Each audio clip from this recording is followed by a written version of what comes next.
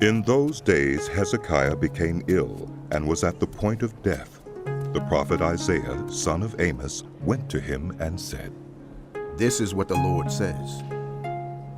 Put your house in order, because you are going to die. You will not recover. Hezekiah turned his face to the wall and prayed to the Lord. Remember, Lord, how I have walked before you faithfully and with wholehearted devotion, and have done what is good in your eyes. And Hezekiah wept bitterly. Before Isaiah had left the middle court, the word of the Lord came to him. Go back and tell Hezekiah, the ruler of my people, this is what the Lord, the God of your father David says. I have heard your prayer and seen your tears. I will heal you. On the third day from now, you will go up to the temple of the Lord.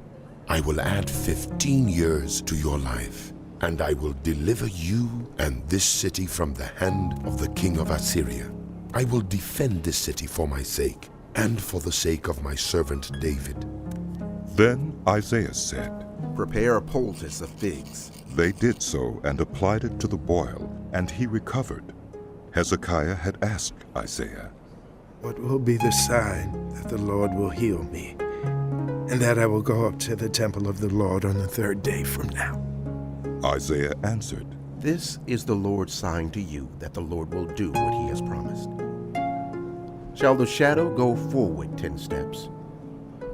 Or shall it go back 10 steps? It is a simple matter for the shadow to go forward 10 steps. said Hezekiah.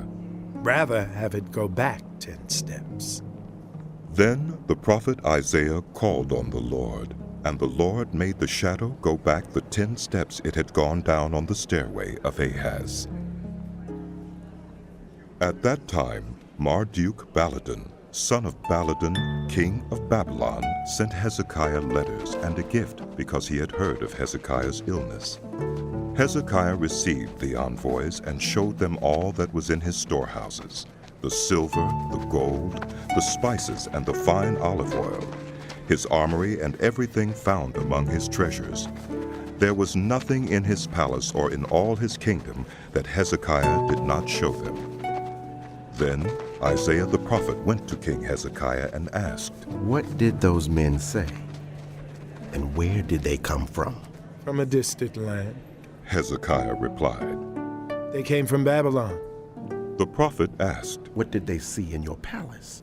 They saw everything in my palace. Hezekiah said.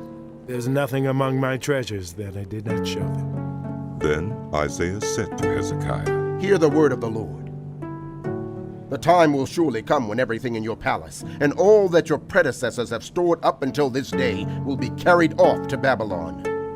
Nothing will be left, says the Lord. And some of your descendants, your own flesh and blood, who will be born to you, will be taken away, and they will become eunuchs in the palace of the king of Babylon. The word of the Lord you have spoken is good.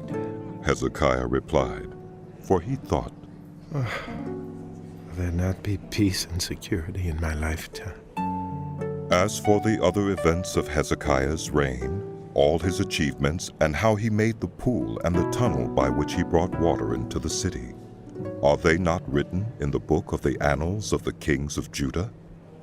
Hezekiah rested with his ancestors, and Manasseh his son succeeded him as king.